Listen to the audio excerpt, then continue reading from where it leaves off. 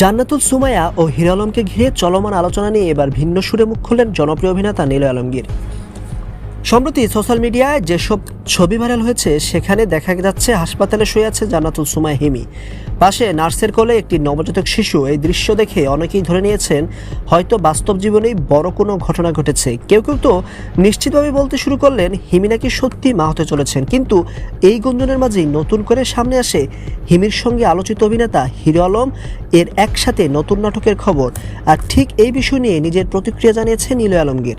নিলয় বলেন, তিনি সত্যি আশা করেননি যে এমন একটি আবেগঘন গল্পের নাটকে হিমিকে হিরো আলমের সঙ্গে দেখা যাবে।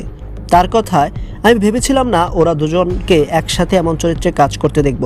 তবে একই সঙ্গে তিনি এটাও বলেন, অভিনয়ের জায়গায় নতুন জুটি, নতুন অভিজ্ঞতা, নতুন ধরনের গল্প দর্শকদের জন্য ভালো কিছুই বয়ে আনে।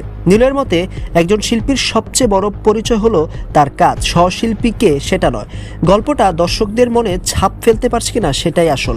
এদিকে সংশ্লিষ্ট সূত্র জানিয়েছে, ভাইরাল হওয়া এই হাসপাতালের ছবিগুলো পুরোপুরি নাটকের শুটিং সেটের দৃশ্য। বাস্তব জীবনের কোনো ঘটনার সঙ্গে এর কোনো সম্পর্ক নেই। একটি আবেগী দৃশ্য ধারণ করার সময়ই এই ছবিগুলো বাইরে চলে আসে এবং সেখান থেকে তৈরি হয় ভুল বোঝাবুঝি। এখন আপনার কাছে জানতে চাই, আপনি কি জান্নাতুল সুমাইয়া, হিমি ও হিরো আলমকে একসাথেই নতুন নাটকে দেখতে চান? এই জুটিকে নিয়ে আপনার আগ্রহ কতটা? কমেন্টে আপনার মতামত জানাতে ভুলবেন না। ধন্যবাদ।